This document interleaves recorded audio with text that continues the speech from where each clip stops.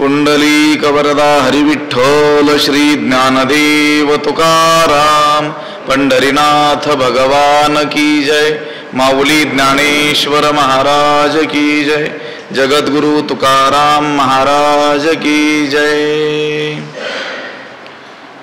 निराशीर्यत चित्तात्मा त्यक्त सर्व परिग्रहः शारीरं केवलं कर्म कुर्वन्नाप्नोति किल्बिषं यदृच्छालाभ संतुष्टो द्वन्द्वातीतो विमत्सरः समसिद्धावसिद्धौ च कृत्वापि न निबध्यते।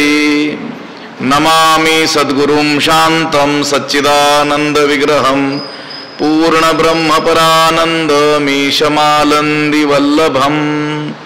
नमो सद्गुरु तुकया ज्ञानदीपा नमो सद्गुरु सच्चिदानंद रूपा नमो सद्गुरु भक्त कल्याणमूर्ती नमो सद्गुरु भास्करा पूर्ण कीर्ती।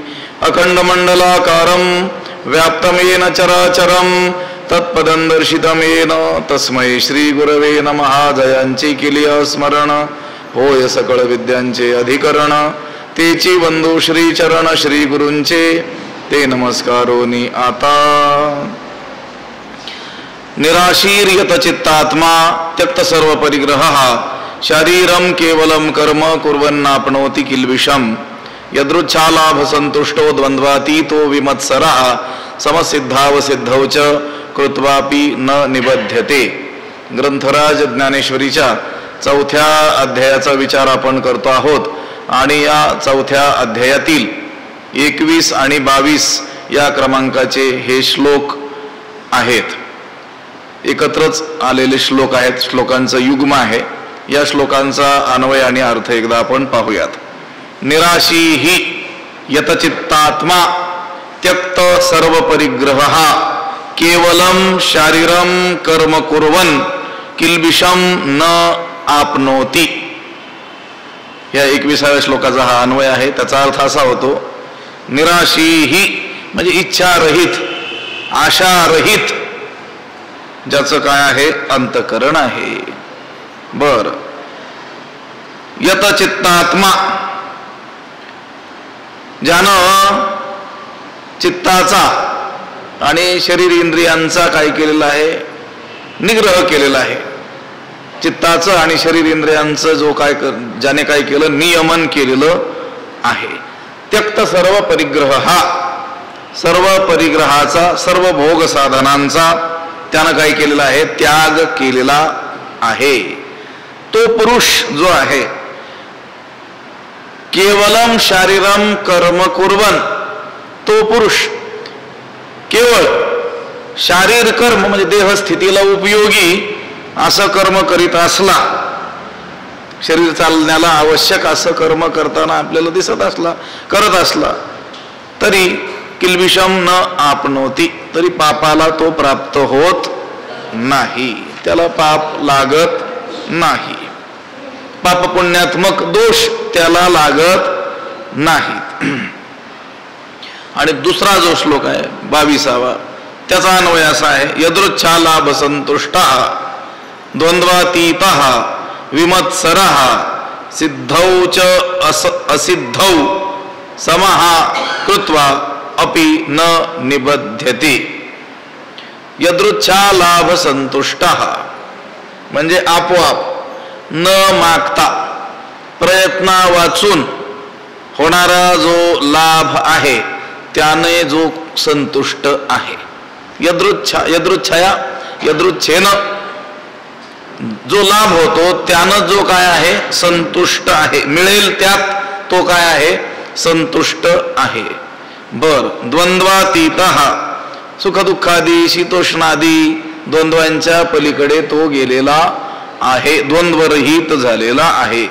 विमत्सरः विमत्सर म्हणजे निर्मत्सर निर्वैर बुद्धी जो आहे, मत्सर रहित जो झालेला आहे। आणि सिद्धौ च असिद्धौ समः कर्माची सिद्धी आणि असिद्धी याविषयी तो कसा आहे सम आहे। सिद्धी आणि असिद्धी याच्यामध्ये तो समभाव ठेवणार आहे असा जो पुरुष आहे.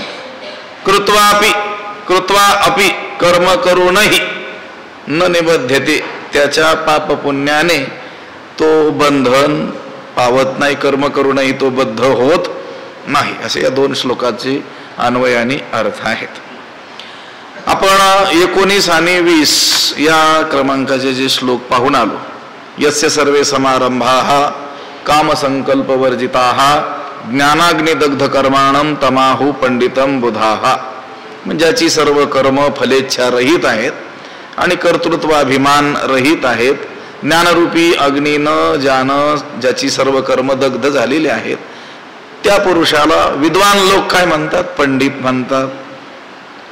त्यक्त्वा कर्म फलासंगम नित्यतृप्तो निराश्रय हा कर्मण्यभिप्रवृत्तोपि नैव किंचित करोति सा. जो कर्म आणि फळ किंवा कर्म फळ याची आसक्ती टाकून नित्यतृप्त आहे, निराश्रय हा आश्रय कशाचा त्यानं घेतलेला नाही आहे, कर्मफळाचा आश्रय तो करत नाही आहे, तो कर्मात प्रवृत्त होऊ नये वस्तुतः काहीच करत नाही. हे जे 2 श्लोक आहेत, ज्याच्या भोगाचं प्रारब्ध अधिक आहे अशा ज्ञानी पुरुषाचं वर्णन त्या 2 श्लोकामध्ये केलेलं आहे. हे पहा, ज्याला ब्रह्मज्ञान झालं, आत्म्याला त्यानं जाणलं, देहभाव ज्याचा नष्ट झालेला आहे, असे जे ज्ञानी लोक आहेत त्यांचं प्रारब्ध प्रत्येकाचं काय आहे? भिन्न आहे ना. ज्ञान झालं, तो ब्राह्मी स्थितीला प्राप्त झाला तरी देखील त्याच्या त्या शरीराचं काय आहे? काही प्रारब्ध आहे, तोपर्यंत देह राहणार आहे आणि त्या देहनिर्वाहाकरिता काही कर्म त्याला करणं काय असणार आहे? अवश्य असणार आहेत. पण प्रत्येक ज्ञानाचं प्रारब्ध काय आहे? वेगळं आहे. या 19 आणि 20 या 2 श्लोकामध्ये ज्याचं वर्णन केलं ज्या ज्ञानी पुरुषाचं, त्या ज्ञानी पुरुषाची लोकसंग्रहार्थ कर्म करण्याकडे प्रवृत्ती काय असते? अधिक असते. आणि त्याच्याकडून या जगताच्या उद्धारार्थ काय घडत असतात? कर्मे घडत असतात. आता या प्रकारात कोण येतात? याज्ञवल्क्यादी ऋषी येतात, नारद येतात, जनक आहेत, भीष्म आहेत, भगवान शंकराचार्य आहेत, ज्ञानोबरायादी सर्व संत मंडळी या वर्गामध्ये येतात. मग ज्ञानोत्तरही ती जी कर्म करत राहतात, कर्म करण्याचं त्यांचं काय आहे? अधिक प्रारब्ध आहे. पण त्या कर्म करण्यानं जगताचं काय होतं? मोठं हित होतं, कल्याण होत असतं. आता जे ज्ञानी पुरुष आहेत त्यांच्या भोगाचं प्रारब्ध अधिक नाही, न्यून आहे, न्यून प्रारब्ध आहे. अशा ज्ञानी पुरुषाचं वर्णन ह्या आता मी उच्चारण केलेल्या या 2 श्लोकांमध्ये आलेलं आहे. ह्या ज्ञानी पुरुषांकडून लोकसंग्रहार्थ फारशी कर्मे होत नाहीत. निवृत्तीवादी ते असल्यामुळे फारशी कर्मे होत नाहीत. वामदेव असतील किंवा ज्ञानोबरायांचे श्रीगुरु निवृत्तीनाथ महाराज असतील, शुकाचार्य असतील, रामकृष्ण परमहंस असतील, अशा ज्ञानीपुरुषाची गणना यामध्ये होते. सरळ लक्षात ठेवा, ज्याला ज्ञान प्राप्त झालेलं आहे त्या ज्ञानी पुरुषाचे 2 भाग करायचे. ज्यांचं प्रारब्ध कर्माचं अधिक आहे त्यांचं वर्णन 19 आणि 20 या 2 श्लोकात, आणि ज्यांच्या कर्माचं प्रारब्ध न्यून आहे त्यांचं वर्णन ह्या 21 आणि 22व्या श्लोकात केलेलं आहे. बोधाच्या दृष्टीनं सगळे समच सारखेच असे. म्हणून आपल्याला ज्ञानी पुरुषांमध्ये असे प्रकार दिसतात, अशी भिन्नता दिसते. ब्रह्मबोध तर सारखाच आहे, पण काही ज्ञानी पुरुष मग काही फारशी कर्म करताना दिसत नाहीत, आणि काही मात्र अगदी पिसाट पुरुषाप्रमाणे. जो अत्यंत लोभी पुरुष आहे, रात्रंदिवस धनाधिकाकरता प्रयत्न करतो, त्याच्या इतकीच कर्मे करताना आढळतात. असा सचडाची एक परी इष्टापूर्ती करी, परी केले पण शरीरी व सोनेदी. तोही ज्ञानीच, तोही महात्मा ज्ञानीच आहे, भयंकर कर्मे करताना दिसतो आहे आपल्याला. त्याच्या प्रारब्धाचा तो भाग आहे. अधिक कर्माचं काय आहे, त्याचं प्रारब्ध आहे, म्हणून त्याच्या देहाकडून ती कर्मे घडत आहे. आणि ज्या ज्ञानी पुरुषाचं प्रारब्ध कर्माबाबतीत न्यून आहे, थोडंसं आहे, त्यांचं वर्णन या 2 श्लोकांमध्ये केलेलं आपल्याला आढळून येतं. हे पहा, आता जो प्राप्त पुरुष आहे, ज्ञानी पुरुष आहे, त्याची ती व्यवहारामध्ये जी प्रवृत्ती आपल्याला दिसते ती कधी न्यून दिसते, कधी अधिक दिसते. काही ज्ञानी पुरुष अधिक कर्मे करताना आपल्याला दिसतील, काही मात्र अत्यंत अल्प, अगदी फक्त उदरनिर्वाहार्थ जेवढं आवश्यक आहे तेवढीच कर्म करताना आपल्याला दिसतील. हे जे वैचित्र्य आहे त्यांच्या ठिकाणी कर्माच्या बाबतीतलं न्यूनाधिक्य जे आपल्याला दिसतं ते प्रारब्ध बलानं किंवा पूर्वसंस्कारानं त्यांच्या ठाई ते आहे.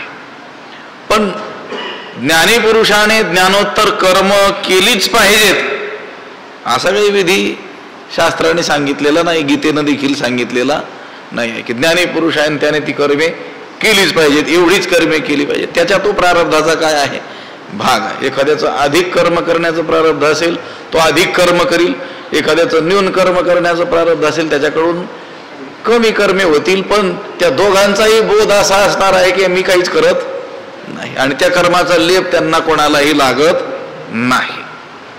आता ह्या न्यून प्रारब्ध, न्यून कर्माबाबत न्यून प्रारब्ध ज्याचं आहे, न्यून कर्माचं प्रारब्ध ज्याचं आहे त्या महापुरुषाचं वर्णन आहे निराशीही.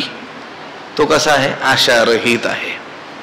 बर, यत चित्तात्मा, ज्यानं चित्त आणि शरीर इंद्रिय यांचा काय केलेला आहे, निग्रह केलेला आहे. त्यक्त सर्व परिग्रह, सर्व भोग साधनांचा ज्याने काय केलेला आहे, त्याग केलेला आहे. कर्मे करतोय तो, पण केवलम शारीरम कर्म कुर्वन, केवळ देह स्थितीला उपयोगी असे तो कर्म करतो.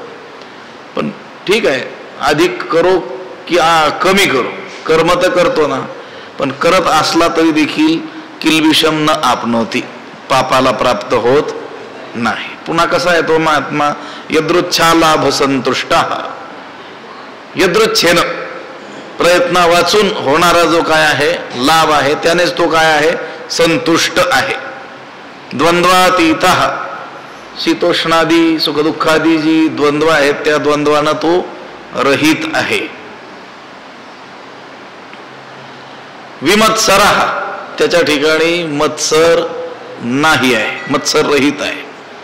बरं, कर्माची सिद्धी म्हणजे कर्म शेवटापर्यंत जाणं आणि कर्माची असिद्धी म्हणजे मध्येच ते कर्म सोडावं लागणं, या दोन्ही बाबतीमध्ये त्याची बुद्धी कशी आहे, समान आहे.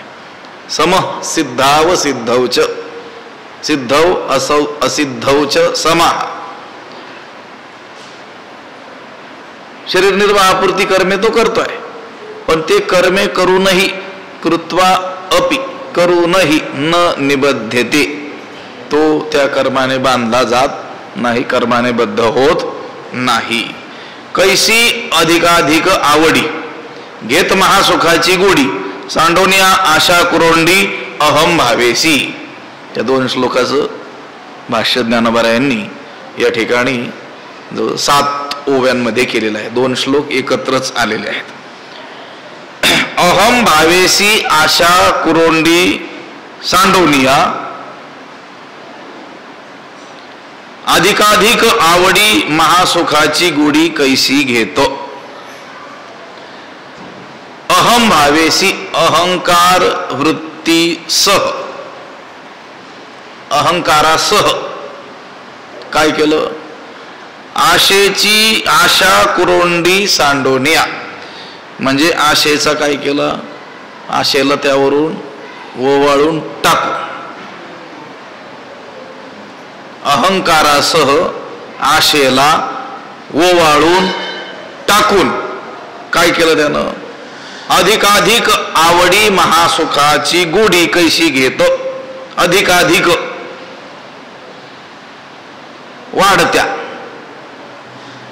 त्या ब्रह्मानंदाची वाढत्या आवडीने, अधिकाधिक आवडी वाढत्या आवडीने महासुखाची गोडी म्हणजे परमानंदाचा आस्वाद, ब्रह्मानंदाची गोडी कैसी घेत, कशी तो घेत असतो.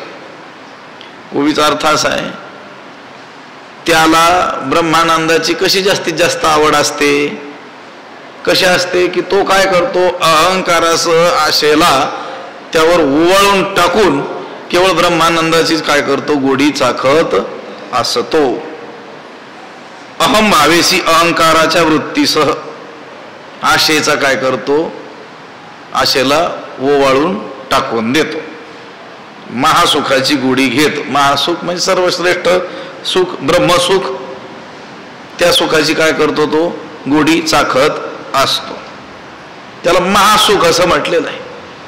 आता या विषयातून जे प्राप्त होतं त्याला देखील काय म्हणतो आपण, सुख. पण हे कसं आहे, महासुख आहे.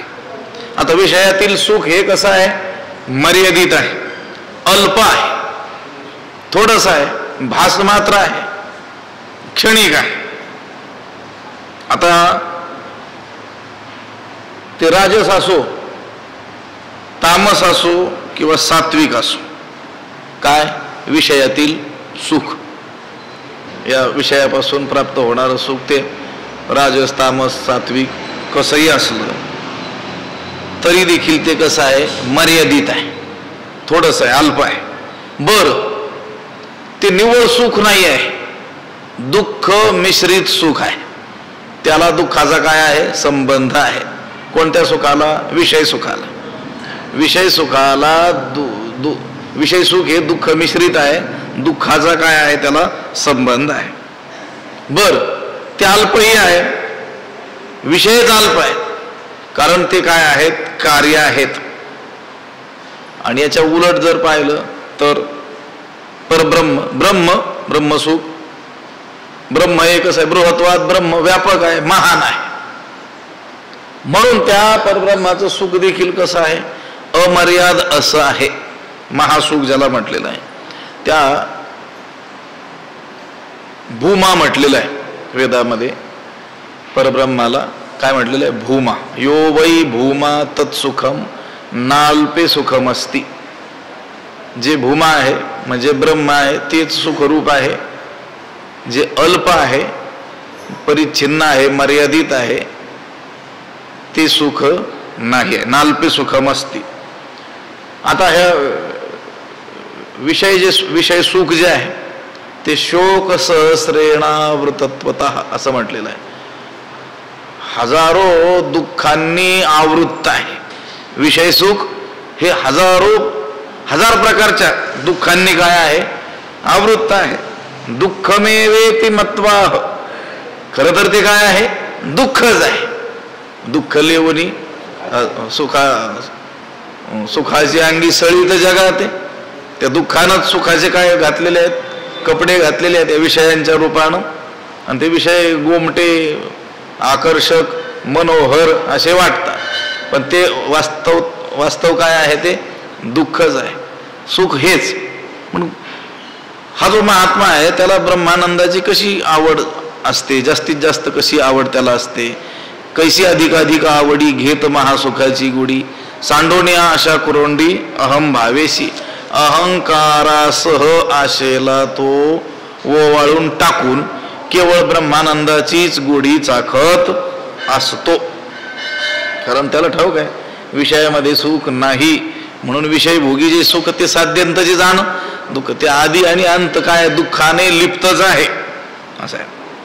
आता हा महासुख ज्याला म्हटलं आपण एक दिवस त्या तैत्तिरीय उपनिषदातील ब्रह्मवल्ली प्रकरणामध्ये सांगितलेलं आहे की ब्रह्मानंद केवढा असतो म्हणून. त्या दिवशी श्रुतीचं हे सांगितलं होतं. पण त्यापूर्वी त्यानं काय केलेलं असतो, अहंकारासह आशेचा त्याग केलेला असतो. कारण यांचा त्याग केल्याखेरीज आत्मसुखाचा म्हणजेच महासुखाचा, ब्रह्मसुखाचा, परमात्म सौख्याचा लाभ होत नाही. कारण अहंकार हे जे आहे, अहंकार जो आहे सर्व विकारांचं काय आहे, बीज आहे. सर्व विकार याच्यापासूनच काय होतात, निर्माण होत असतात. ही आशा जी निर्माण होत असते ती देखील देहाहंकारामुळेच होत असते. जय अहंकार तनुसी वालभ पडिले तर इच्छा ही कुमारी झाली असं म्हटलेलं आहे. देहाहंकार नसेल तर आशा देखील निर्माण होऊ शकणार नाही. देहाला मी समजल्यामुळं त्या देहाच्या भरणपोषणार्थ विषयांची आशा काय होत असते, निर्माण होत असते. पण ज्याची देहबुद्धीच नष्ट झालेली आहे त्याच्या ठिकाणी कशाही प्रकारची आशा निर्माण होऊ शकत नाही. कारण त्याला स्पष्टपणे ही प्रतीती असते की ह्या सर्व गोष्टी काय आहेत, देहाशी संबंधित आहेत, आत्म्याशी यांचा काही संबंध नाही आहे. शोक हर्ष भय क्रोध लोभ मोह स्पृहा दया अहंकारस्य दृश्यन्ते जन्म मृत्यूश्च नात्मनः. आत्म्याच्या ठिकाणी या कोणत्याच गोष्टीचा काही संबंध नाही आहे. शोक नाही, हर्ष नाही, भय नाही, क्रोध नाही, लोभ नाही, मोह नाही, स्पृहा नाही आहे आणि जन्म मृत्यूही नाही आहेत. हे कोणाच्या ठिकाणी दिसतात, अहंकारस्य दृश्यन्ते, अहंकाराचे हे आहेत असं त्याला काय आलेलं असतं, प्रतीतीला आलेलं असतं. म्हणून त्याने त्या अहंकारासह आशेला काय केलं असतं, ओवाळून टाकलेलं असतं. कुरवंडी म्हणजे ओवाळून टाकलेला बळी, उतारा म्हणतात त्याला. लक्षात आलं का? हा, उतारा ओवाळून टाकून दिलं. कशाला? आशेला. कशासह? अहंकारासह. आणि मग तो या महासुखाची गोडी कैसी अधिकाधिक आवडी घेतो. त्याला ब्रह्मानंदाची कशी जास्तीत जास्त काय असते, आवड असते. केवळ ब्रह्मानंदाचीच गोडी तो चाखत असतो.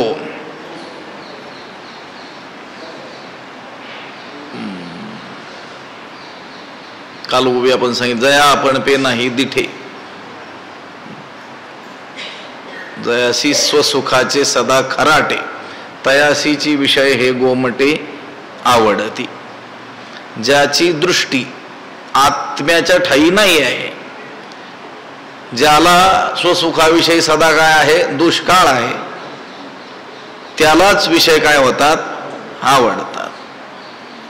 आता ज्याची केवळ आत्मदृष्टीच झालेली आहे,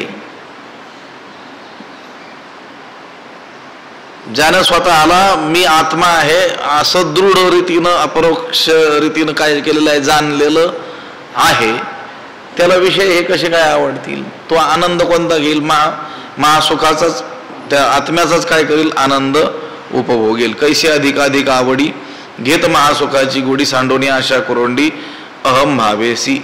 म्हणोनी अवसरे जे जे पावे तेणेची तो सुखावे, जया आपुले आणि परावे दोन्ही नाही. म्हणोनी तो अवसरे जे जे पावे तेणेची सुखावे, जया आपुले आणि परावे दोन्ही नाही. म्हणून तो अवसरे म्हणजे समयानुसार प्रसंगानुसार जे जे पावे, जे जे भोग त्याला काय होतील, प्राप्त होतील. प्रसंगानुरूप त्या त्या समयानुसार त्याला जे जे काय होतील भोग प्राप्त होतील, तेणेची तो सुखावे, त्या भोगानेच तो काय होतो, संतुष्ट होतो. जया आपुले आणि परावे दोन्ही नाही. ज्याला आपला आणि परका असा द्वैत भाव नसतो, हे आपलं आणि हे दुसऱ्याचं असा भेद त्याच्या ठाई नसतो. दोन गोष्टी याच्यात सांगितल्या. प्रसंगानुरूप त्याला जे जे भोग प्रारब्धानुरूप प्राप्त होतील तेणेची तो सुखावे, त्याच्यातच तो संतुष्ट असतो.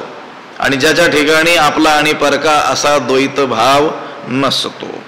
म्हणून अवसरे जे जे पावे, अवसरे काळानुसार, वेळेनुसार, त्या त्या समयानुसार, प्रसंगानुसार जे जे काय होईल त्याला प्राप्त होईल. त्याचा असा आग्रह नसतो की हेच मला मिळालं पाहिजे. कोणत्याही बाबतीत, लेण्याच्या खाण्याच्या कोणत्याही बाबतीमध्ये त्याचा काहीच आग्रह उरलेला नसतो. प्रयत्न न करता, मनात हेतू न ठेवता, कोणता संकल्प न करता, ज्या ज्या वेळी जे जे काही मिळेल त्याच्यात तो संतुष्ट असतो. त्याचं कारण आहे, कारण त्याला आत्मानंदाचा लाभ झालेला असतो. तो नित्य तृप्त झालेला असतो. जो आत्मलाभासारखे गोमटे काहीची न देखे म्हणून भोग विषेखे हरिखे जेना.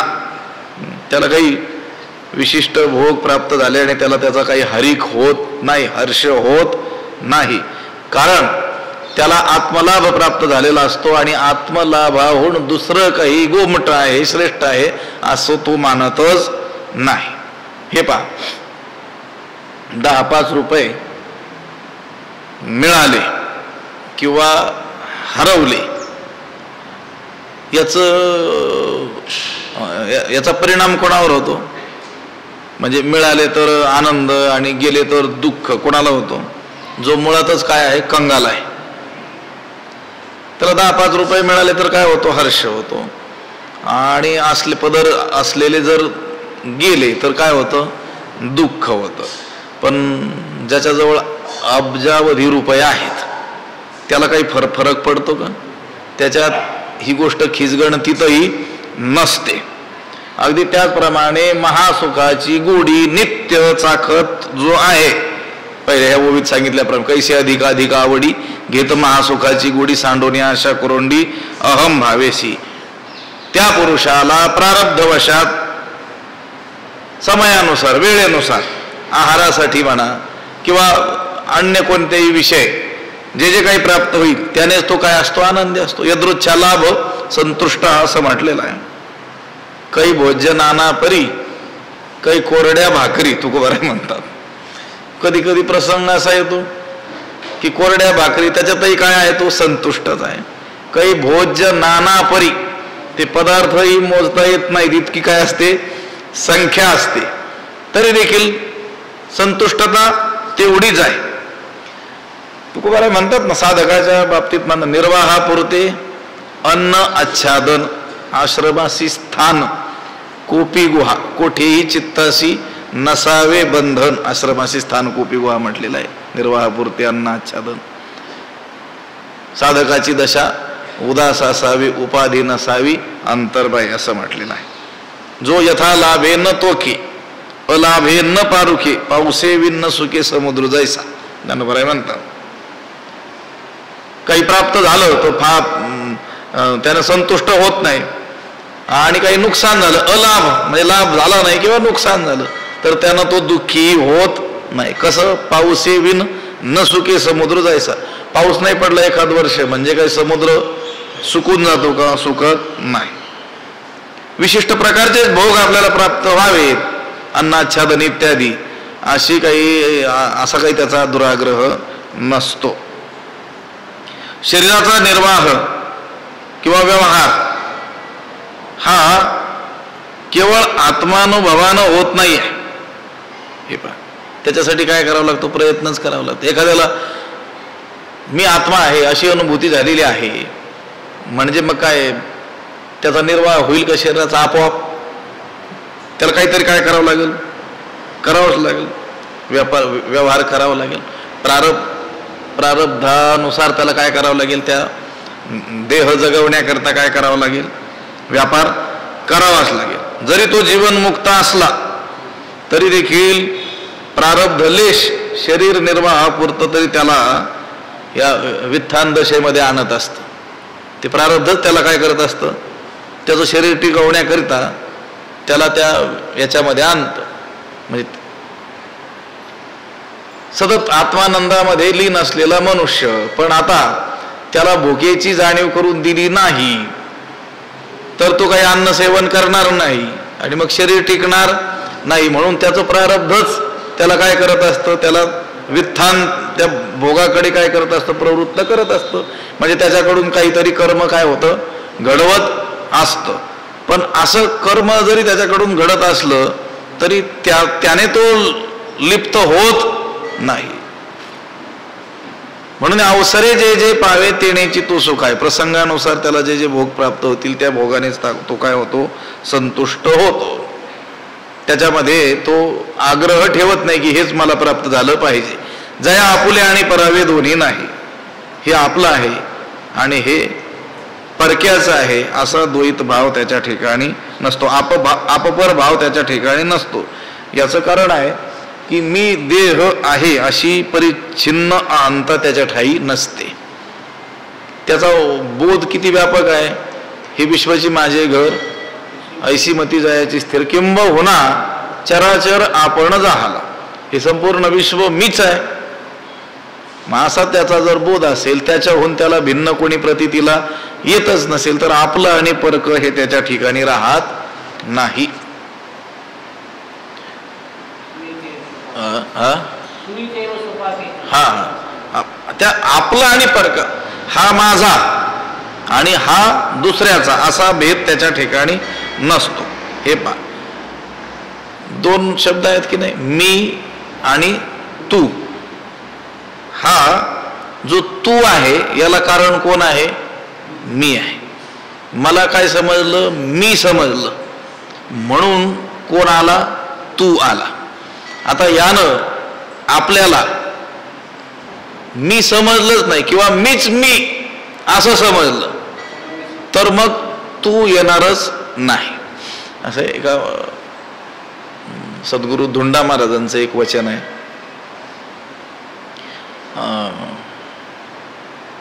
एकतर माणसानं पूर्ण निरहंकार व्हावं, म्हणजे मी कोणीच नाही असं म्हणावं. लीनता जी असते ना, तयाची विनयो हीची संपत्ती. मोठी माणसं काय म्हणत असतात, नाही हो मी एक कश्चित आहे, मी कोणीच नाही असं तरी म्हणावं. किंवा मग तो मी इतका व्यापक करावा की आता त्याच्याहून दुसरा कोणीच असू नये. हे मधल्यांची अडचण आहे सगळी. लक्षात आलं? आपण आपल्याला काय समजतो? मी देह, मी स्त्री, मी पुरुष, मी ब्राह्मण, मी क्षत्रिय, मी वैश्य, मी शूद्र, मी उंच, मी बुटका, मी गोरा, मी काळा, मी श्रीमंत, मी गरीब. ही जी परिच्छिन्न अहंता आहे ना, ही घातक आहे. त्यांचं वचन आठवलं, ते म्हटले एक तर काय म्हणायचं? मी कोणीच नाही. किंवा काय म्हणायचं मग अहम ब्रह्मास्मी. ही मधल्यांची काय होते? अडचण होत असते. तुला कारण कोण आहे? मी आहे.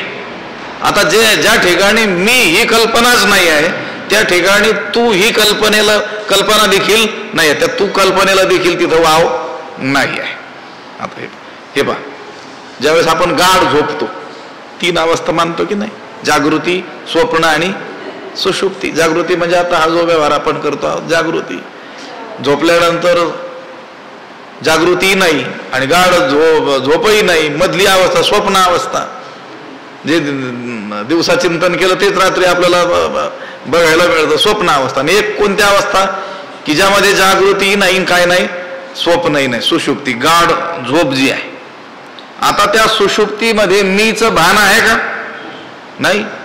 मीच भान नाही, म्हणून तूच म्हणजे जगताचं देखील काय नाही आहे, तिथं भान नाही आहे. तू कधी येतो? मी आला तर तू येतो, मीच नसेल तर तू सुद्धा नाही आहे. हा प्राप्त जो पुरुष आहे त्याच्या ठिकाणचा देहाहंकार आणि त्या देहाहंकाराला कारण असलेलं अज्ञान, या दोघांचाही काय झालेला आहे? नाश झालेला आहे. त्याच्या ठिकाणी आता देहाहंकार नाही आहे आणि देह अहंकाराला कारण असलेलं अज्ञान, ते अज्ञान देखील नाही आहे. गेली देह अंता तैसी अविद्ये सवे. अविद्याच त्याच्या ठिकाणची नष्ट झालेली असल्यामुळं देह अहंता देखील त्याच्या ठिकाणची नष्ट झालेली असते. ज्ञानवरायांनी उदाहरण दिले, सूर्योदया सरिसी रात्री पळोनी जाय आपैसी. गेली देह अहंता तैसी अविद्ये सवे. त्याच्या ठिकाणची अविद्याच, त्या ब्रह्मविद्येनं अविद्येचा काय केला? नाश केला. त्यामुळं त्या अविद्येचं कार्य असलेली देह अहंता तीच काय झाली? त्याच्या ठिकाणची नष्ट झाली. म्हणून त्याच्या ठिकाणची द्वैत प्रतीती गेलेली असल्यामुळं त्याच्या ठिकाणी आपपर भाव राहिलेला नसतो. जया आपुले आणि परावे दोन्ही नाही. विषयी विरक्त जया नाही, आपपर संतुष्ट सर्वदा स्वय व्यापक निर्धार. नाथ महाराज वासुदेवामध्ये आपण म्हणत असतो काकड्याच्या प्रसंगी, विषयी विरक्त त्याचं लक्षण केलंय त्या महात्म्यात. धन्य जगी तोची एक हरिरंगी नाचे. तो कसा आहे? विषयी विरक्त, जया नाही, आपपर. त्याच्या ठिकाणी आपला आणि परका हा भेद राहिलेला नाही. तया बंधू कोण काह्याचा, द्वेषिया कवणुतयाचा मीची विश्व ऐसा जयाचा बोध झाला. मीच हे विश्व आहे असा ज्याचा दृढ बोध झालेला आहे, त्याच्या ठिकाणी तया बंधू कोण काह्याचा, त्याचा कोण बंधू कशाचा बंधू. द्वेषिया कवणुतयाचा, तो द्वेष तरी कोणाचा करील ज्याचा बोध काय झालेला आहे. मीच कोण आहे, विश्व आहे. मग मीच जर विश्व असेल तर माझाच मी कसा द्वेष करील, कधी करील का. तुकोबा आहे म्हणत, तुका म्हणे एका देहाचे अवयव सुख दुःख जीव भोग पावे. त्या विष्णुमय जग वैष्णवांचा धर्म भेदा भेद भ्रम अमंगळ. आता हे जे शरीर आहे याला आपण आपलं स्वरूप मानलेलं आहे, ठीक आहे. पण हे या शरीराला असलेली समस्त जी अवयव आहेत तेच ते आपलीच आहेत ना. याच्यात आपला अनपर का भेद आहे का. पाय मग निकृष्ट आहेत, मस्तक मग उत्कृष्ट आहे, असा काही भेद आहे का. स्नान करताना काही असं काही अपपर करतो का आपण, नाही करत ना.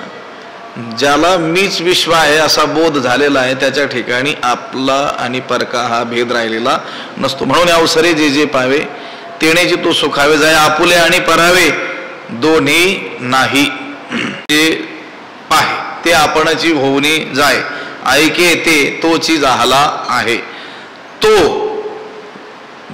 दिठी म्हणजे दृष्टीनं जे पाहे जे पाहतो तो महात्मा, तो प्राप्त पुरुष ज्याचं वर्णन चाललेलं आहे या ठिकाणी. तो दृष्टीनं जे पाहतो ते आपणची होऊनी जाय, ते स्वतः आपणच होऊन जातो. ऐके ते तोची झाला आहे. बरं, जे ऐकतो तेही तोच होतो. तो दृष्टीनं जे पाहतो ते दृश्य काय होतो, आपणच होऊन जातो. कानाने जे शब्द ऐकतो तो जे ऐकतो ते शब्द तोच झालेला असतो. तो दिठी जे पाहे आपणची होऊन जाय, आपणच म्हणजे स्वतःच. त्याच्या शरीराकडून होणारी कर्म त्याला बाधक का ठरत नाही. कर्म तर घडतात पण ती कर्मे त्याला बाधक ठरत नाहीत. सामान्यांना मात्र ती कर्मच त्याच्या कर्म बंधनाला काय होतात, कारण ठरतात. मग कर्माने जर कर्मबंध प्राप्त होत असेल तर ह्या महात्म्याकडून घडणाऱ्या कर्माने सुद्धा त्याला काय झाला पाहिजे, कर्मबंध झाला पाहिजे, कर्मबंधनात तो अडकला पाहिजे. पण कर्मे त्याला बंधन का करू शकत नाहीत हे या आणि पुढच्या ओवीतून सांगितलेलं आहे. त्याचा बोध कसा आहे, अन्वय बोध आहे. म्हणजे त्याला सर्व ठिकाणी आपलीच काय येते, प्रतीती येत असते. आपली म्हणजे आत्म्याची. त्याने स्वतःला काय समजलेलं आहे, आत्मा. आत्मा म्हणजे ब्रह्म. ते केवढं आहे, तेच ते आहे. म्हणून त्याला स्वतःची प्रतीती कुठे येते, सर्वत्रच येत असते. म्हणून त्याच्या नेत्रेंद्रियाचे म्हणा, त्याच्या श्रवणेंद्रियाचे जे विषय आहेत ते विषय काय होतो, तो स्वतःच होऊन जात असतो. त्याच्याहून म्हणजे त्यानं स्वतःला काय मानलेलं आहे, मी आत्मरूप आहे. ह्या आत्म्याहून त्याला ते विषय भिन्न दिसतच नाहीत. आता हे पहा, आपली नेत्रेंद्रिय जे डोळा जे आहे त्या नेत्रेंद्रियाची जी वृत्ती आहे ती त्या आरशाला, आपण आरशात ज्यावेळेस पाहतो त्या आरशाला शिवते न शिवते तोच. म्हणजे आपण त्या आरशाकडे पाहतो न पाहतो तोच. डोळा दिसतो की नाही आपल्याला, म्हणजे चेहरा दिसतो आणि त्या चेहऱ्यात डोळा दिसतो की नाही. कशाने दिसतो, डोळ्याने दिसतो ना. डोळा दिसतो पण कशाने दिसतोय, डोळ्याने दिसतो. त्या आरशामध्ये पाहतो न पाहतो तोच या डोळ्याने काय होतो, डोळा आपल्याला दिसतो. अगदी त्या पद्धतीनं त्याच्या इंद्रिय वृत्तीचा आणि विषयाचा संबंध झाला न झाला की तो लगेचच त्या विषयाच्या ठिकाणी त्या ज्ञात्याला आपल्या आत्म्याचा काय येतो, प्रत्यय येतो. आता सर्व जर तोच झालेला असेल, त्याच्याहून काही जर भिन्न नसेलच, तर जे जे काही त्याला दिसत आहे ते तोच होऊन गेलेला आहे ना. भक्तांच्या बाबतीत काय म्हटलेलं आहे, नाथ महाराज काय म्हणतात, जे जे दृष्टी दिसे ते ते हरिरूप, पूजा ध्यान जप त्यासी नाही. जे जे दृष्टीनं त्याला दिसतं ते त्याला कसं दिसतं? हरिरूप दिसतं. ठीक आहे, ही भक्ताची काय आहे? त्याची अवस्था आहे, त्याची अनुभूती आहे. देखिला डोळा बैसला मनी तोची वदनी उच्चारी. त्याच्यामध्ये तो त्या परमात्म्याचं इतकं चिंतन त्यानं केलेलं असतं की त्याला प्रत्येक वस्तू परमात्मा स्वरूपच दिसते. ठीक, ते भक्ताच्या दृष्टीनं. ज्ञानी पुरुष त्याला अधिष्ठान रूपानं सगळीकडं परब्रह्माचीच काय येते? प्रतीती येते. आणि ते ब्रह्मच कोण आहे? मी आहे. म्हणजे मीच मी काय आहे? सर्वत्र आहे. म्हणून तो जी वस्तू पाहतो न पाहतो तोच,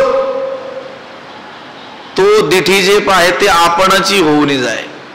ते जो दृश्य पाहतो, दृष्टी डोळ्यानं जे दृश्य पाहतो ते दृश्यच आपण होऊन जातो. आता द्रष्टा आणि दृश्य हा काही भेद राहिलेला नसतो. आता आपण अज्ञानी असल्यामुळं कोणत्याही गोष्टीत आपली काय असते? त्रिपुटी असते. द्रष्टा, दृश्य, दर्शन. द्रष्टा म्हणजे पाहणारा, दृश्य म्हणजे ज्याला पाहायचंय ती वस्तू, तो पदार्थ, आणि दर्शन म्हणजे पाहण्याची क्रिया. पण हा जो ज्ञानी पुरुष आहे त्याच्या ठिकाणी या त्रिपुटी सांडिली त्रिपुटी दीप उजळला घटी, या त्रिपुटी टाकून दिलेली असते. आता हा जो पाहणारा आहे, ज्याला पाहतो तद्रूपच तो होऊन जातो. म्हणून तो दिठी जे पाहे ते आपणची होऊन जाय. हे झालं रूप विषयाच्या बाबतीमध्ये. शब्द विषय ऐके ते आहे तोची झाला. जे कानाने तो ऐकतो तो शब्द तोच झालेला असतो. लक्षात येत आहे का? थोडं बहुत असं आहे. त्याची प्रतीती काय आहे? मी आत्मरूप आहे, मी देह नाही, मी ब्रह्मरूप आहे, मी ब्रह्मच आहे. आणि ब्रह्म केवढा आहे? सगळ्यात मोठं तेच आहे, तेच आहे. सगळीकडं तेच ते आहे. म्हणजे सगळीकडे कोण आहे? मीच मी आहे. मग आता दृष्टीनं तो जे पाहिल ते कोणाला पाहिल? त्याचं त्यालाच पाहिल. आरशामध्ये जे आपण पाहतो, काय पाहतो? आपल्यालाच पाहतो. म्हणजे डोळ्यानंच काय पाहतो? डोळा पाहतो. अगदी सर्व विषयांच्या बाबतीमध्ये तशीच गोष्ट आहे. तो दिठी जे पाहे ते आपणाची होऊन जाय.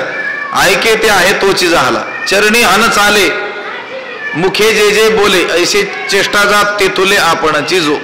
चरणी हन चाले, तो पायानं ज्या मार्गाने चालतो किंवा ज्या स्थानाला जातो. मुखे जे जे बोले, आणि मुखानं जे जे काही बोलतो. ऐसे याच रीतीनं चेष्टा जात ते तुले, जेवढ्या काही तो क्रिया करतो ते तुले आपणची जो. त्या सर्व आपणच आत्मरूपाने झालेला असतो. मोठा विषय आहे हा. त्या अमृतानुभवामध्ये सुद्धा असाच काय आलेला आहे? विषय आलेला आहे. आता खरं तर आता ह्या स्थानापासून दुसऱ्या एखाद्या स्थानापर्यंत आपल्याला जायचं असेल तर ह्या स्थानाचा त्याग करून आपण त्या स्थानाकडे काय होतो? निघत असतो. त्या ज्ञात्या पुरुषाच्या दृष्टी कशी आहे ते म्हणतात, हेही स्थान आणि तेही स्थान त्याच्या दृष्टीनं काय आहे? एकच आहे. कारण सर्वत्र मीच मी आहे अशी त्याची प्रतीती असल्यामुळं, आता सर्वत्र आकाशच आकाश असल्यामुळं आकाशा येणे जाणे, आकाशाला येणं जाणं आहे का काही? जसे इथून परा जाणे आकाशा नाही, जसं इथून दुसरीकडे जाणं आकाशाच्या ठाई घडत नाही. आकाश तरी काय आहे? सापेक्ष व्यापक आहे. या पंचभूतांच्या मानानं व्यापक आहे. परमात्मा मात्र निरपेक्ष व्यापक आहे. गगना होणी वाढ नाम आहे त्या आकाशा होणही काय आहे? अधिक व्यापक आहे. नभ तुझ माझी खेळे लपी थपी. हे आकाश त्याच्या ठिकाणी काय करतं? लपाछपी खेळतं म्हटले. ज्याच्यात लपायचं, जे लपणार ते त्याच्यापेक्षा काय असलं पाहिजे? मोठं. आकाशापेक्षा अनंतपट व्यापक तो काय आहे? परमात्मा आहे. तो परमात्माच मी आहे असा त्याचा बोध होऊन गेलेला असल्यामुळं चरणी हन चाले मुखे जे जे बोले असे चेष्टा जात ते तुले आपणची जो. तो पायानं ज्या मार्गानं चालतो किंवा त्या स्थानाला जातो, मुखानं जे जे बोलतो, याच रीतीनं सर्व क्रिया, खाणं पिणं झोपणं पाहणं सगळं क्रिया आपणची जो. कोण झालेला आहे? आपण झाले. म्हणजे त्या क्रिया ज्या आहेत ते कर्म जे आहेत ते कर्म आपणच होऊन गेलेलं आहे, म्हणजे ते कर्म त्याला आपल्याहून वेगळं वाटतच नाही, ते कर्मच तोच होऊन गेलेला आहे. मग कसं काय त्याला बाधा निर्माण होईल? पुढचीच ओवी आहे ना, ज्ञानोबा म्हणतात हे असो, या 2 ओव्या सांगितल्या ना, तो दिठी जे आहे ते आपणची होऊनी जाये, ऐके ते आहे तोची झाला, चरणी हन चाले, मुखे जे जे बोले, ऐसे चेष्टा जाते तुले आपणची जो. ज्ञानोबा म्हणतात हे असो, हे राहू द्या म्हटले. हे असो विश्व पाही, जयासी आपण पे वाचुनी नाही, असता कवण ते कर्म काही बाधित ते, किंवा आता कवण ते कर्म काही बाधित आहे, 2 पाठ असता किंवा आता. हे असो, ज्ञानोबा म्हणतात हे असू द्या म्हटले. पाही असं पहा, विश्व जयासी आपण पे वाचुनी नाही, ज्याला विश्व आपल्या स्वरूपाहून वेगळं राहिलेलं नाही असं असल्यामुळं आता कर्म ते कवण तया ते बाधी काही, आता त्याला कोणतं कर्म कसं बाधू शकेल? कर्म कधी बाधलं असतं त्याला? त्याने हे कर्म माझ्याहून वेगळं आहे असं मानलं असतं तर.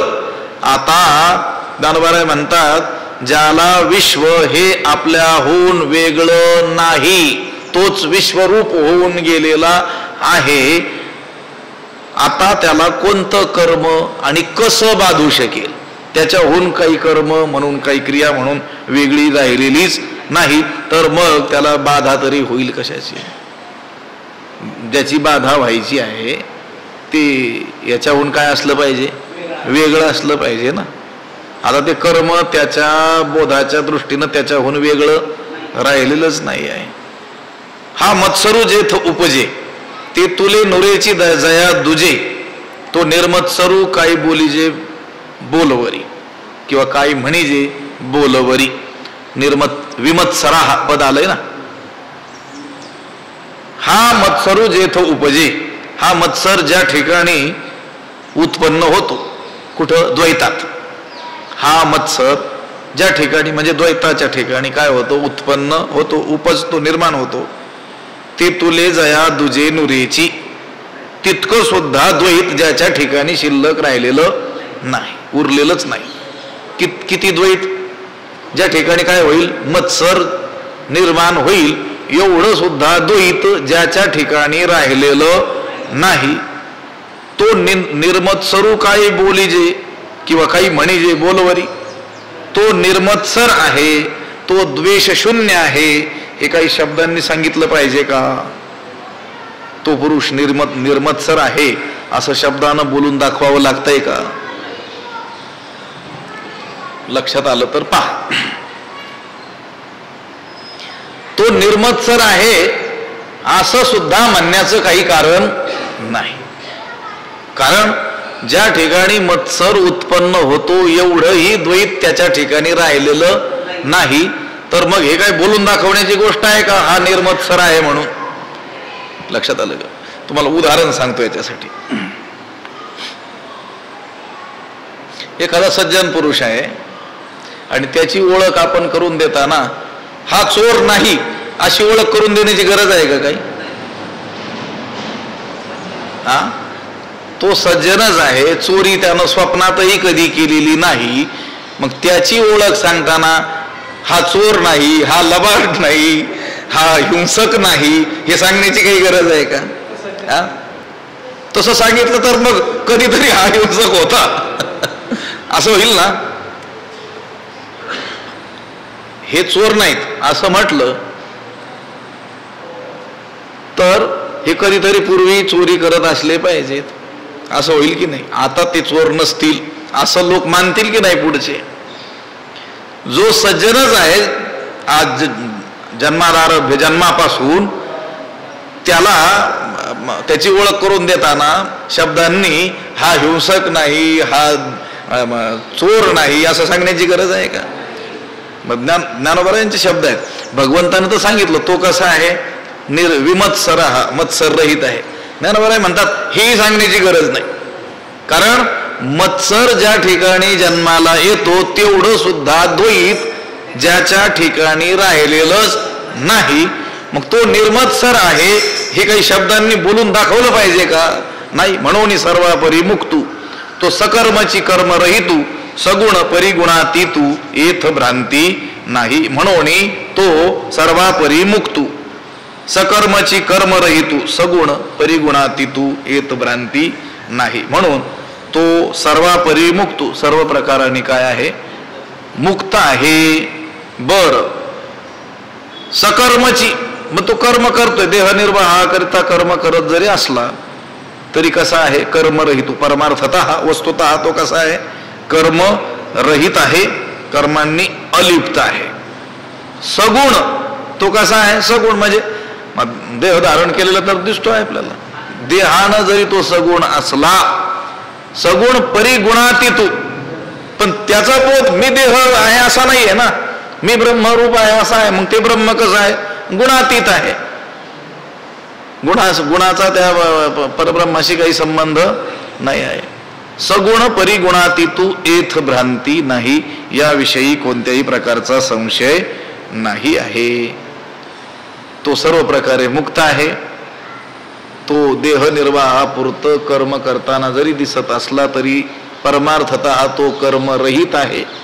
कर्माचा त्याच्याशी काही काडीचा संबंध नाही आहे. सगुण म्हणजे देहानं सगुण असला, आता ज्या देहात त्याचं वास्तव्य आहे तो देह कसा आहे? त्रिगुणात्मक आहे की नाही? म्हणजे सगुण गुणवान गुणासह देह त्रिगुणाचा बाधा म्हटलेलं आहे की बांधा तुकोबराय म्हणतात. माझी नाही गुण सुद्धा, एक सुद्धा चांगला गुण नाही म्हटले, पण ठीक आहे. तीन गुणांचा आहे ना. पण देहानं सगुण असला तरी देखील ब्रह्मरूपानं तो कसा आहे? गुणातीत आहे. त्याचा बोध तसा आहे. याविषयी संशय नाही. येथ भ्रांती नाही. पुंडलिक वरदा हरिविठ्ठल श्री ज्ञानदेव तुकाराम पंढरीनाथ भगवान की जय. माऊली ज्ञानेश्वर महाराज. विठ्ठल विठ्ठल विठ्ठल विठ्ठल. पुंडलिक वरदा हरिविठ्ठल श्री ज्ञानदेव तुकाराम पंढरीनाथ भगवान की जय. माऊली ज्ञानेश्वर. आता विश्वात्मके देवे येणे वाग्यज्ञे तोषावे, तोषोनी मज द्यावे पसायदान हे.